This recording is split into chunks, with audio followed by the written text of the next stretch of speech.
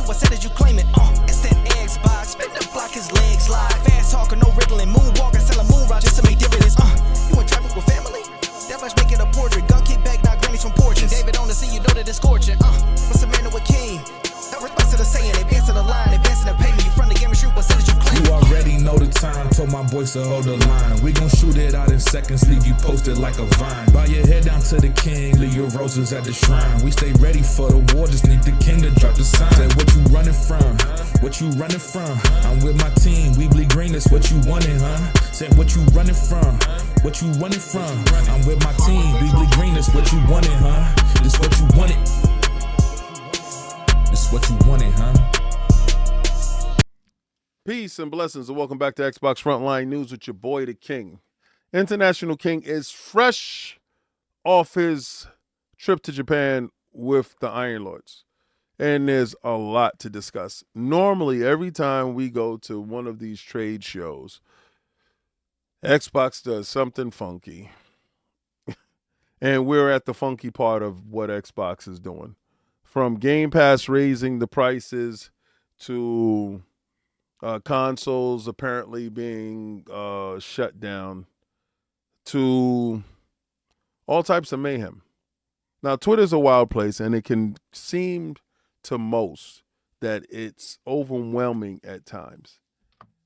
But again, it wouldn't be no fun at all if it was just peace and tranquility, right? So sometimes you go there to get stuck in the mud and have fun with your friends or your frenemies, right? Because we all have frenemies. So again, let's get into these topics today because, you know, from the EA buyout, we never really had a true discussion. I mean, I'm going live from Japan and I'm looking at the engagement. And also, I saw a lot of people that are upset on my take on the rise in price in Game Pass. Listen, and I want to be very clear with you. You know, if something offends me, I'm going to talk out for me. I'm not going to talk out for you. All right? I'm going to talk out for me. If something makes my life a little bit easier, I'm going to talk out for me. I suggested somebody collect bottles and cans, and I got disrespected in a manner that didn't make any sense. They're like, oh, how could you say something like that? I recycle. Why can't you recycle? The thought process of you taking your bottles and cans, and if you're somebody that respects your money and respects what you do, see, like as an owner, I have to separate the bottles and cans. Now, and I think I told the story before. I went to a couple of people that owns, and they're like, you just throw away your bottles and cans? You're crazy. I make at least $100 a month back on the stuff that I do. And I'm like, for real?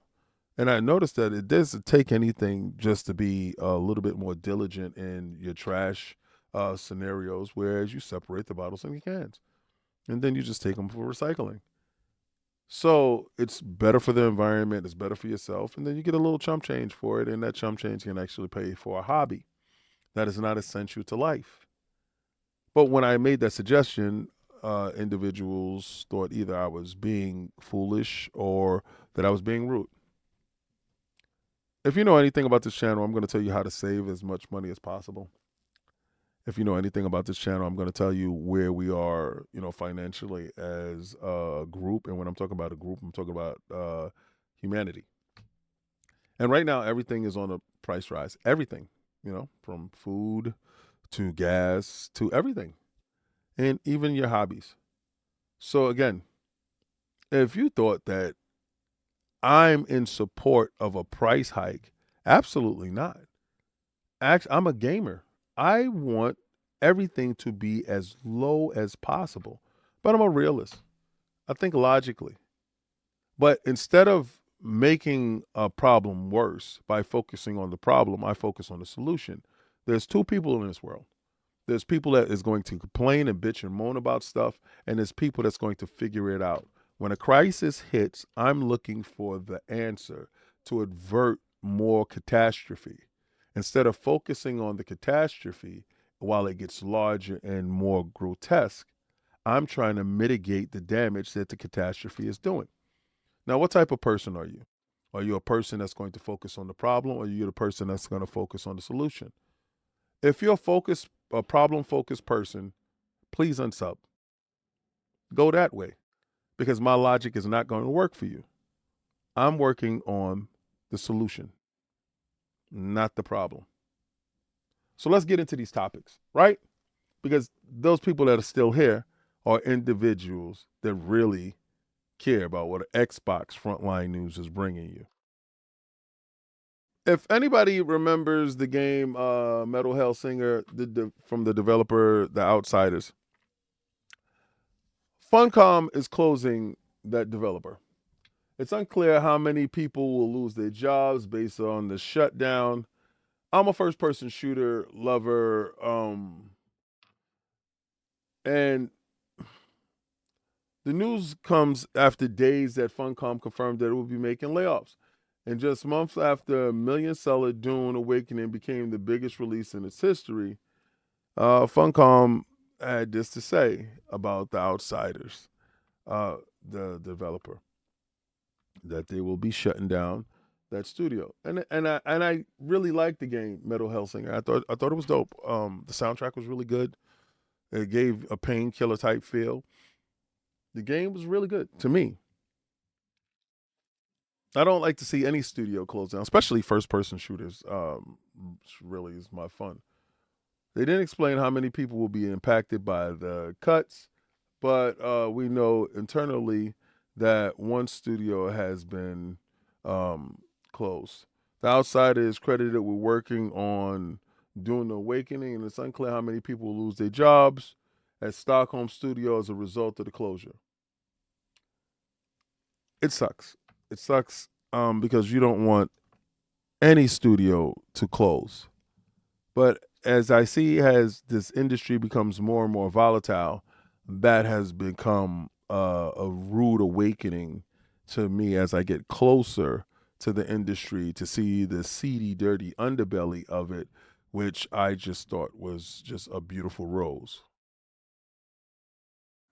In a game that Sony wants to see succeed and many other gamers want to see succeed, Marathon is going to do some closed technical testing. So you can apply now, with your Xbox Series S and S and Steam, and also on your PlayStation 5. And they would have, closed beta testing, and the test is under NDA. So a lot of people will get a chance to play the game, but can't talk about the game while they try to figure out what's the best course of action with this game that they've invested heavily on. Now, you have to fill out the form between now and October 16th, 4 p.m. PTS, to submit your application. If you previously applied for the public alpha from April, the form will automatically submit. No further action is needed. For players on the PC, they'll be also enabling applications via Steam on October 13th at 10 a.m. PT time. They will remain open until October 26th at 4 p.m. PT time. This is an important checkpoint for us as they test their improvements since the alpha, including the maps, 5 runner shells, proximity chat, retune combat pacing, solo queue, deeper environment storytelling, and more. That said, the technical tests will build in progress and will only include a portion of what's planned for Marathon's full release. They're focused on the early player experience. We'll be sharing the public update on Marathon's development in the upcoming months after the closed technical test. Now, they do a whole bunch of things like bug reporting and stuff like that. This is the minimal requirements that is necessary. The minimum requirements for the systems for console is the Xbox Series S and a PlayStation 5. Yes, it runs on the Xbox Series S. Now, the regions that's allowed to play are North America and Europe. And for the PC aspect of it, you need an Intel Core i5 to AMD 66,000.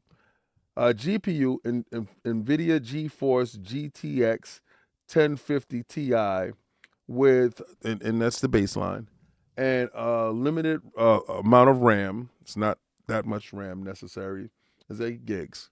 So again, if you're interested in the marathon closed technical test, apply now. Go to Bungie.net to make sure that you make that happen. Apparently the Xbox made handheld itself is supposedly not coming out because of AMD requirement of 10 million units to be ordered. Now, this is what a leaker is claiming. The AMD required 10 million units for Xbox handheld to be ordered. They need a system on chip. They need 10 million of them.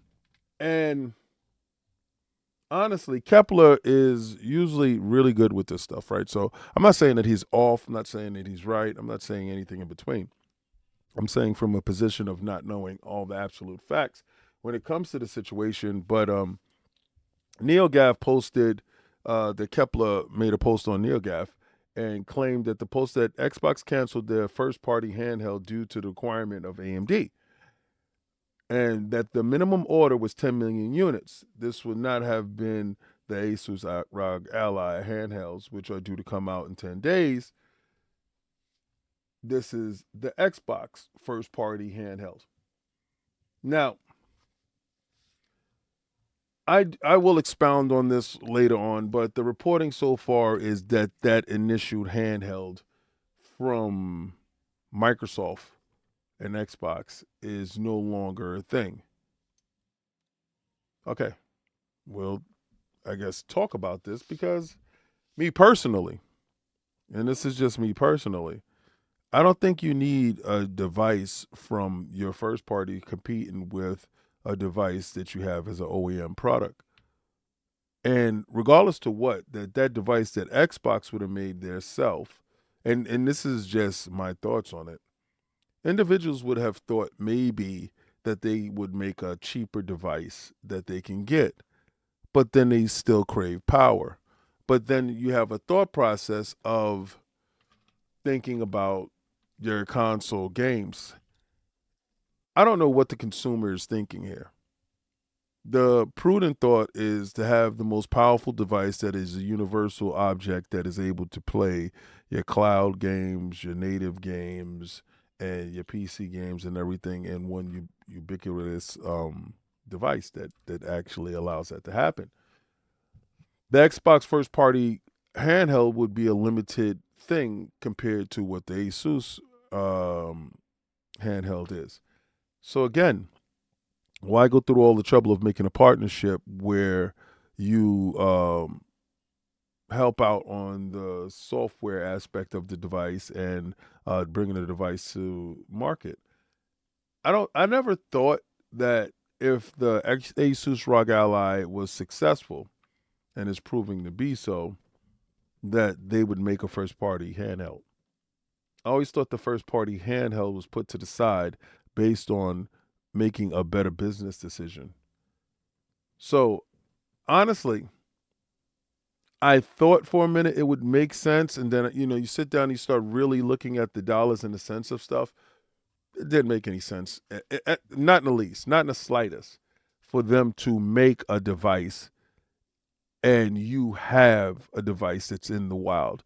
It's best for you to support the devices that's already out there with the partners that you do have and to make those things, because you can't go around saying everything's an Xbox and then you decide to make a device that's Xbox. So what you're saying is this device is greater than the other devices based on the fact that you manufactured it yourself. And I think this conundrum comes back to bite them when people are looking for Xbox manufactured console, which, well, I will talk about as well. Now, this is a bit of a rumor that this is a cantankerous rumor, because in a sense it's giving you false hope for something that can absolutely change on the dime, but at the same time the rumor has validity in the thought process of individuals who's trying to come to whatever answer that they're looking for, right? and I can give you the IE of it. The IE of it is if you are council warring, and the majority of the people are just council warring and piling on and stuff like that, and you have a vested interest in figuring that you want to win an argument based off of Xbox exiting the console business, then your thought is, yeah, they're not going to make hardware. If you are an Xbox person or a person that enjoys Xbox products and you want them to stay into the console business, then you have a vested interest in fighting that argument. So if you're a person that's neither here nor there, that doesn't care about them winning or losing said argument, then you're going to start to look at it logically.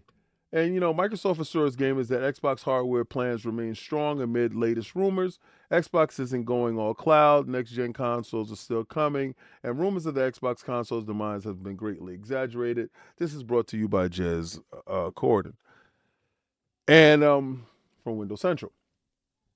Now, me personally, I like his take on stuff, and he's a lot closer to the actual people to have these conversations based on if hardware still is going to be in place. Amid swirling rumors of a hardware exit, Microsoft reassured gamers on October 5th, 2025, that Xbox remains committed to the next gen console development, contradicting claims stemming from a recent price hikes and growing disconnect with its community. But how can we know this for sure to be true for the next quarter? Let's put aside for a minute the fact that Xbox Game Pass remains the primary driver of revenue and is the most prolific on Xbox hardware, and that's where the bulk of the users are right now. Let's put aside the fact that Xbox Cloud gaming is restricted by localization and it's expensive to run. Combine that with the fact that the same silicon you can give people their own cloud native in their house and will get them to use their own electricity to power it, like a console. It doesn't make a lot of sense on paper, but regardless, that's where we're at. And, then Jez goes on to talk about a little bit more stuff. I'm going to talk about it from the perspective of me. The thought process in this console, this new device from Microsoft, is predicated on a couple of things. Satya Nadella is heavily into AI, and leveraging the power of AI, it needs a ton of compute. The server blades in which Azure Cloud Service runs off of series consoles. The next iteration of the hardware will be placed in his Azure Cloud Service that is necessary for Microsoft to achieve whatever goals that they need going forward. This is the reason why Microsoft is including the streaming and cloud and all that other stuff and took it out of beta and make sure that it's inside Game Pass where the majority of ultimate users are. So that becomes the de facto usage of the Azure Cloud with other devices using this and using this service. It's going to be hardware for the next generation. After the next generation, I don't know exactly what happens there. But what if there's an OEM product that Microsoft is partnered in on and goes 50-50 with, let's say, Asus or HP or a manufacturer of that caliber to develop these consoles, and those consoles is put into server blades. But it's not a manufactured console from Xbox per se. What does that look like? Everything in this ever-changing world changes quickly. And it changes at an exponential rate where from day to day, business changes. Like just yesterday, Xbox was partnered with OpenAI. And that partnership has gotten fractured to a point where they are at odds with certain things. With AI being the forefront of everything and AMD trying to get a stranglehold on GPUs, AI and AMD made a strategic partnership today. And the market is reflecting that. I'm just saying there's bigger things happening, and everybody is focusing on the wrong stuff and not the true stuff. I think compute power is going to become a national security asset. And I think that having as much compute power as possible for each nation is going to be something that we'll see on the world stage. And that's part of what feeds all of this demand and need to do the build out. In terms of the verticals that we're in, I think that this is always a very difficult decision for us because we really think about AI as something that lifts up the whole economy, but we can't possibly be experts in every single domain of the economy. So we have to focus on the areas that we can most understand and add value and that really accrete together. And so we think about things like coding. That's an area that we've really gone deep. We've released models like Codex and systems around it that are used by developers to be able to achieve much more than they would otherwise. And we think that bringing that into various enterprise verticals, right, in AI for sales, in AI for customer support, that is able to enhance what people are able to do and help every company be much more productive, we think that that is the next step. So there are some verticals where it's just too far afield for us to really get our hands dirty, but we really see that we want to be the driving force behind an industry that is going to transform every vertical of the economy. Now, this time difference is kicking my behind because this is the time that I'm up in Japan and it's early morning for me, going on 9 a.m. in the morning, and my day is just getting started. And your body gets acclimated to a different environment very, very quickly when it's necessary, right?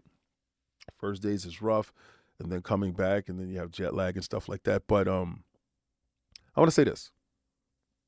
A lot of people like to say that Iron Lords is being sponsored by Microsoft. No.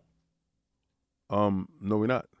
If and that the Japan ship wasn't sponsored by no Microsoft and no nothing like that. That was just hard work and due diligence and working very hard on a podcast that I feel that should be more universally recognized, more so than it is, right?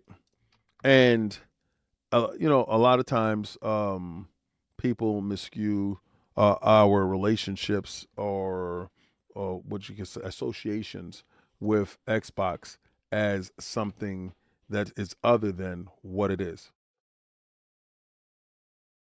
I would love to have relationships with the people over at Sony, but they don't ever come out. We don't ever see them. We can't build a relationship like that. We have business aspects with them when it comes to NDA games and movies and stuff like that. But again, we have a better relationship with Microsoft based off of the fact that Microsoft is readily available. The Xbox staff is readily available to the public, to the consumer, to the fan base, to the consumer, for us. I can't talk to Nintendo. You know, they technically have, they're out there too as well. You got to think about it this way. Some people are upset that you have this level of access, and some people are jealous because they had that level of access. And some people just don't like Xbox. But at the same time, don't discredit anything that we do because we work very hard for whatever we get.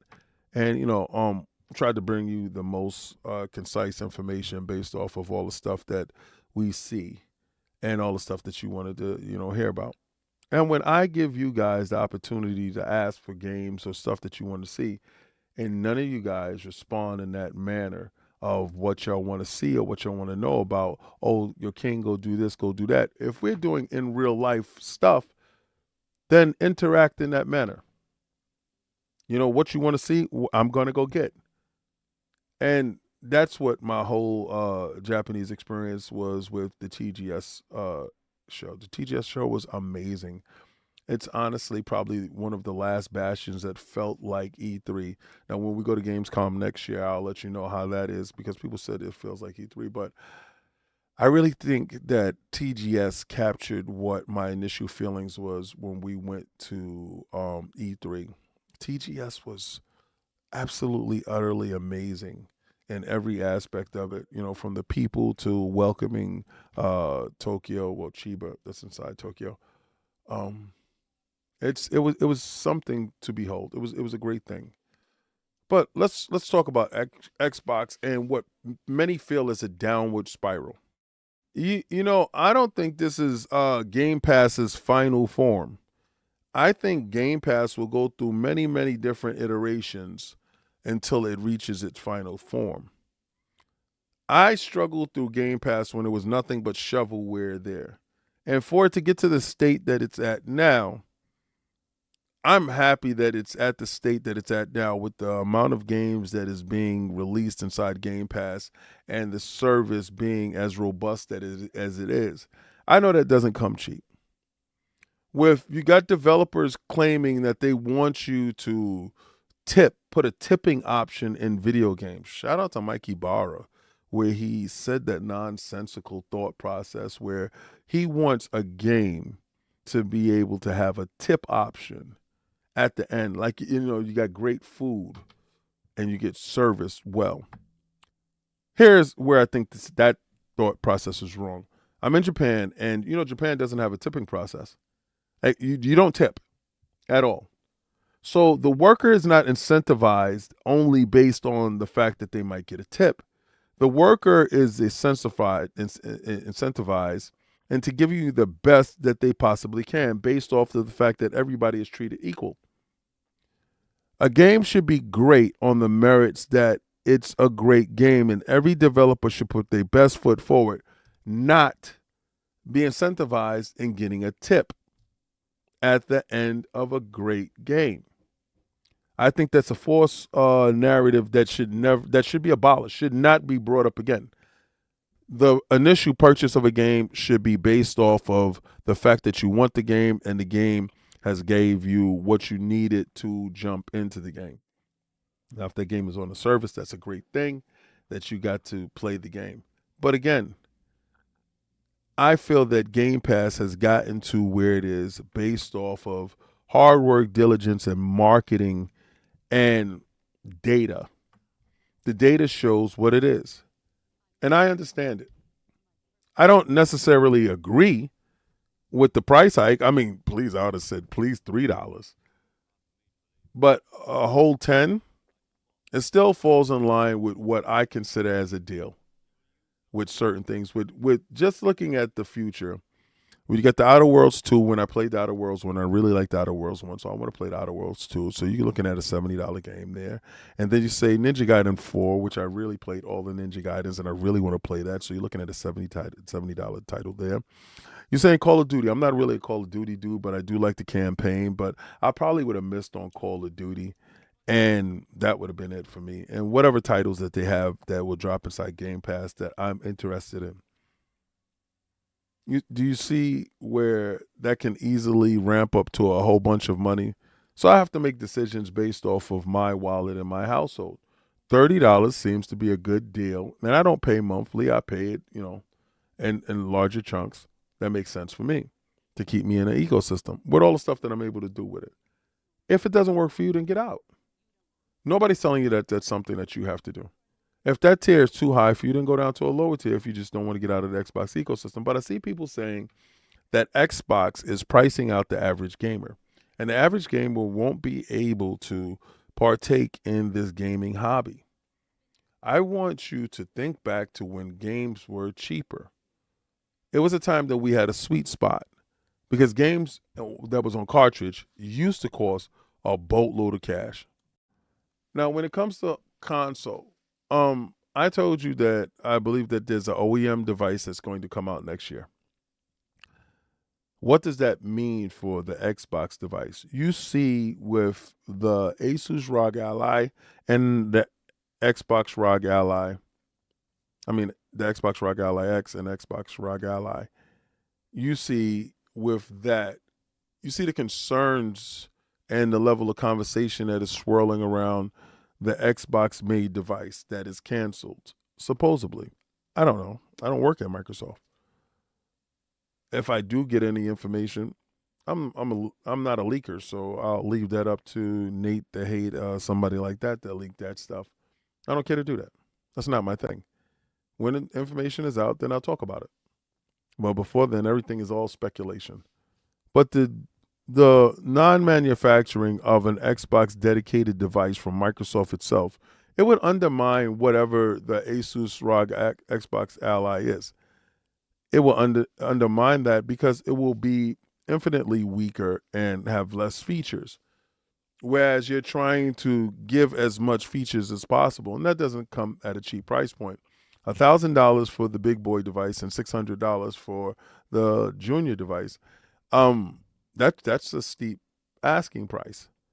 But I don't know why. And somebody please tell me, why is Asus and Xbox not telling you that this thing plugs up to the television? Because it does. And why are they not telling you that you can hook up a separate GPU to make it even more stronger? Because it does. I want to know that. I want to know why they're not marketing it that way, because I think that would change a lot of conversation around it. But you see, this is why I say I'll leave the corporate stuff over to the corporate dudes, and as a consumer, I can choose if I want it or not. When I see the price, is it something that I want? When I see the price, is it something that works for me? If it doesn't, then I don't get it. And there's a lot of things in this life. I don't have a Ferrari. The price doesn't work for me, right? The insurance doesn't work for me. The gas doesn't work for me. None of it works for me. And financially, I'm just not in that position to do that. And if you're going to say, well, King, that you're equating gaming, you're not entitled to game. So stop it, right? So when I see the Xbox ROG Ally and the price, and then I look at what it offers, then it works for me. Now, would they put out a device that is weaker? It doesn't make sense to put out a weaker device that you make that's not going to sell. And if this device that you put out, that you've branded, that you've linked your brand to, is selling, then great. And if the asking price that was from Microsoft, from AMD, to put silicon on chip was 10 million units, the Steam Deck only sold 4. And that is probably looked at as universally the most successful handheld unit outside of the Switch in this modern era. Nobody's selling no damn 10 million. What are you trying to do? So I don't know how the validity on that itself is, because I haven't got a chance to talk to anybody about that. But come on, 10 million? Nah, that doesn't even sound correct. Hardware going forward, the OEM hardware is going to come out, and does Microsoft undercut them? Are you you're going to be put in the same position that you're in right now? And if everything is based off of going to PC and getting this synergy, I don't know. I can't tell you exactly what the future holds with that. I could tell you that there's one more console that's coming out. Honestly. And do I believe that there's going to be no console from PlayStation? Hashtag no PlayStation 6. You know what it is. We're going to run it up on these bums. I'm going to keep the boot on Kong's neck this whole generation. I told somebody, I think the guy's name is Nicola, or something like that. He put at me, he was like, ain't you the guy that said hashtag no PlayStation 6? Yeah, I'm him. So what? What does me saying hashtag no PlayStation 6 do to you if you have a PlayStation 5 Pro? You should have a Pro at this time. Everybody should have a Pro at this time. What does that do to you? It shouldn't do anything. You should be enjoying your Pro. When people tell me Xbox is dead and I run and turn my Xbox on, I'm like, oh, my Xbox is alive. Because I care about what I have now. I can't play something that's not out. So when I say hashtag no PlayStation 6, actually is a factual comment because it's not here. I never said one was not in research and development. I never said one was not actively being thought of and probably under some type of light with PlayStation. But if they do make a device and the device is not called PlayStation 6, I'll win. Or if they don't, who cares? The world could blow up tomorrow. It'll be no PlayStation 6. You could pass away. It'll be no PlayStation 6 for you. So, stupid things. It's stupid things. Twitter is based off of imaginary world where idiots dwell. And I'm watching idiots talk about the death of Xbox every 5 seconds, the death of Xbox. Why do you care about something that's in last place that doesn't take up a bunch of your time? Why do you care about it? Why is it imperative that Xbox has to die in order for you guys to be happy? Why is it predicated on fan base's misery and you feeling like you needed to pile on? Where PlayStation canceled all the stupid little concerts that they had for the PlayStation. Oh, I don't even know why they did PlayStation. Who gives a damn about your stuff? Just go make some games. Stop worrying about concerts. Nobody care about a concert. Go make some games. You put out Ghost of Yode and it's 40% down from Ghost of Tsushima numbers. That's not trending well. Somebody got mad at me because I said Ghost of Woke and you're using the word woke king and you gave everybody a whole speech. I also gave you a speech right there when I was talking about using the word woke, and I said don't use woke, use feminine, the feminized agenda. Use racism or use bigotry. Change the words around. But I was making a play off of the word yote with Ghost of Woke. It's just stupid things. And commenting to dumb people, replying to dumb people, it kind of messes you up. But does Xbox have plans for hardware? I know about the OEM plans. Like I know about the OEM hardware that's dropping with the Asus ROG Ally X. It's a premium package. Now, is it going to be a premium package with the OEM device from Xbox? I believe so. I believe the price is going to be premium as well. Do we get an Xbox hardware? That one.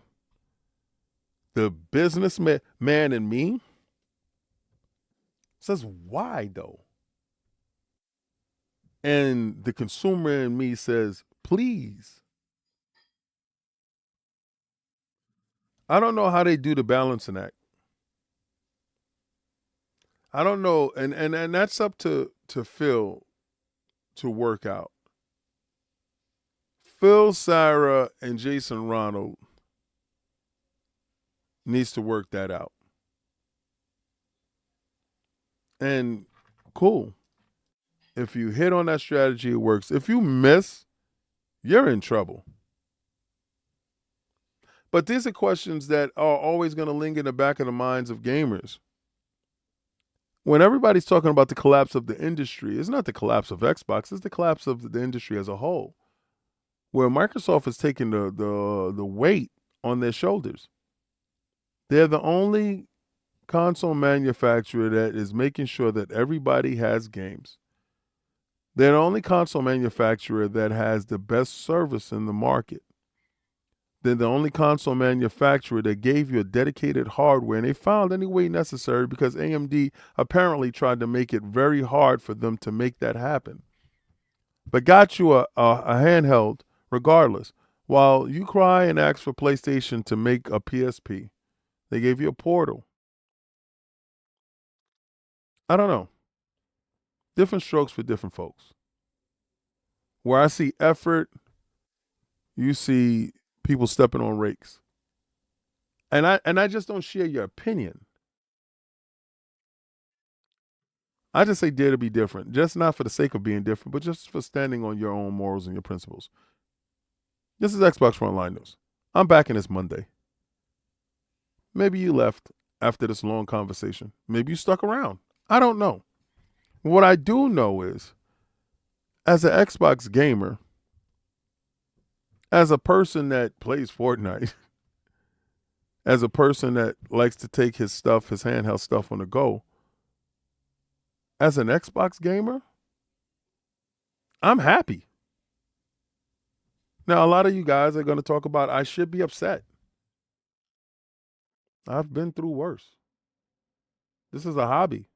You don't like this hobby, if it's too much for you, go get a skateboard and go skate up and down the block. Go do that. But I love gaming. And I can't wait for the next console and the next game in order to game. But I'm going to do what everybody is claiming that is bad or is dead. And I'm going to do what this luxury item, because there's a luxury item now, apparently, there's Gucci, Fendi, Prada. But I'm going to do what I always like to do. And I'm going to try to play the Game Pass.